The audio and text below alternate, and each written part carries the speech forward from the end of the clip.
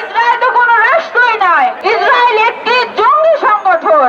এবং আমাদের মধ্যে অনেকের মধ্যে একটি হতাশা কাজ করছে, ইসরায়েল ফিলিস্তিনের উপর যে এত বর্বরজনিত হামলা চালাচ্ছে, আল্লাহ কেন তাদের উপর গজব নাযিল করছে না, বা কেন ইমাম মাহদি এখনো আসছেন না?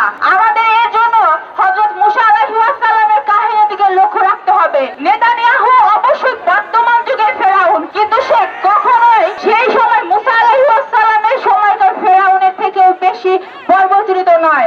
আমাদের সবাইকে আল্লাহর সময়ের উপর, আল্লাহর পরিকল্পনার উপর বিশ্বাস রাখতে হবে। ইসরায়েল অবশ্যই তার পাপ কর্মের শাস্তি পাবে, সেটি আল্লাহর নির্ধারিত সময়ে, এবং ইতিহাসের মহানায়ক হিসেবে ফিলিস্তিনের নামই থাকবে। যেমনটি আমরা বর্তমান সময়ে ইতিহাসের অন্যতম মহানায়ক হিসেবে হযরত মুসা আলাইহিস সালামের নাম জানি, এবং ফিরাউনকে আমরা সেই গল্পের কোন চরিত্র হিসেবে মনে রাখিনি।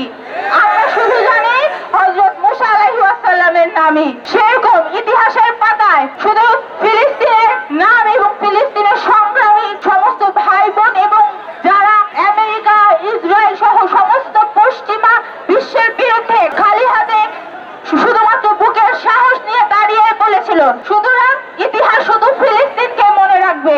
আমরা সবাই সমস্বরে বলি, free free free Palestine. It is not something new for us. Since Israel was established, this type of genocides are occurring. We have seen the first Intifada, the second Intifada, and many more things. We want to clear this to Israel that we Muslims haven't died just because of the world system. We cannot take any actions, but soon Mahdi will arrive and we will conquer Al-Aqsa. Nara Takbir! Nara Takbir!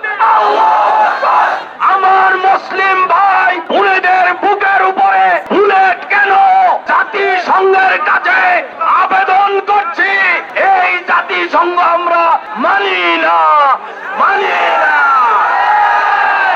এই শয়তান জাতিসংঘকে ভেঙে ইসলামী জাতিসংঘ তৈরি করে আমাদেরকে জিহাদের প্রস্তুতি নিতে হবে। এই মুহূর্তে ফরিদপুরবাসী আপনারা জানমাল দিয়ে রাজপথে আপনাদেরকে বুঝিয়ে দিতে হবে আমরা জিহাদের জন্য প্রস্তুত আছি।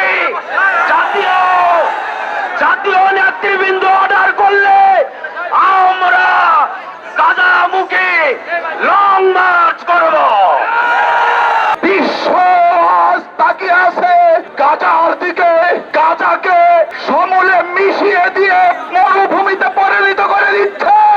আর বিশ্বের 200 কোটি মুসলমান তাদের অন্তরে রক্তক্ষরণ ঘটছে।